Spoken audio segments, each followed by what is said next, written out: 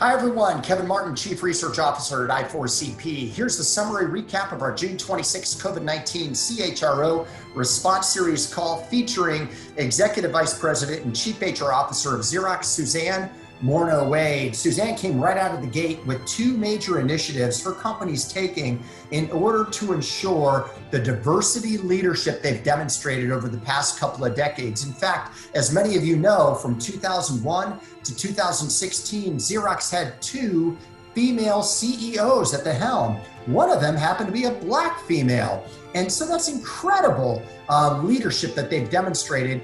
The first thing Suzan talked about was how they're going to start measuring diversity with the same rigor and governance that they are with revenue and profitability. Here we go. We are now going to create the mechanism to measure our D&I actions as we do revenue and profit.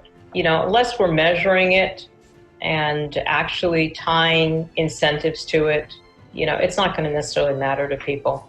I think that elevating these issues into the boardroom brings the right level of visibility and focus.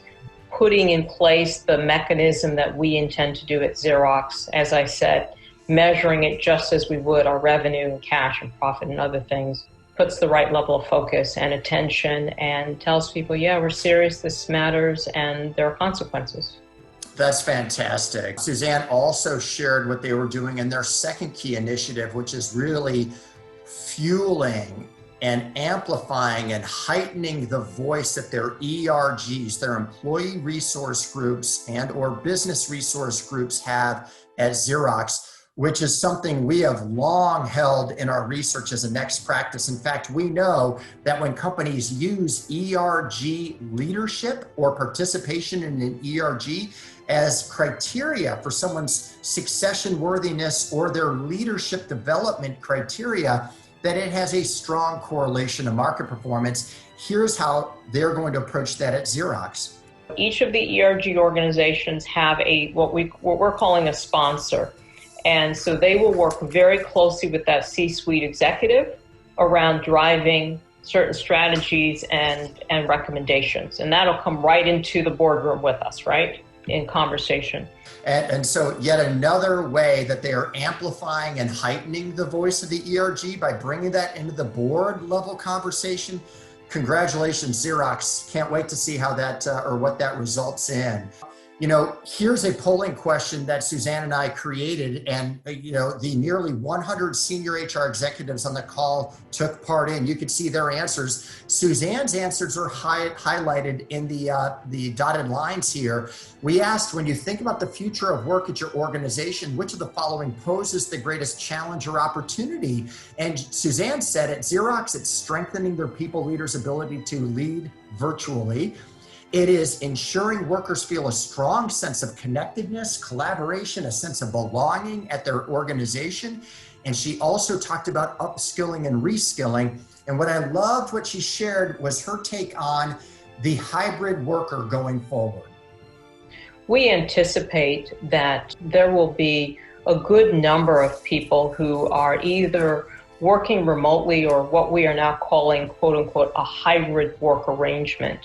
And I think that is something that we need to be thinking about as HR professionals. And we may have at one time thought about hybrid as sort of the gig workforce, where it's a fluid or flexible workforce. But in the current context of how many are speaking about it, it reflects now both in the office as well as potentially remote. And that leads us into this coming Friday's call on July 10th. We're going to pick up right where Suzan left off. We're going to broach both areas around diversity, and we're going to be looking at the future of work, and particularly through the lens of leadership with Susan Furrier, who's the Chief People Officer at National Australia Bank. So yes, Susan's going to be dialing in early on a Saturday morning from Melbourne to join us for this call. But here's what she is going to be talking about. Here's a sneak preview. The two big pieces of work we're going to be doing at NAB in the next 2 to 3 years are the Career Qualified in Banking program together with a enterprise-wide leadership program. So we're holding both of those things together. And I can't wait to hear what she has to say about both. So we'll see you Friday, July 10th for our CHRO COVID Response Series call. Until then, be well, everyone. Take care.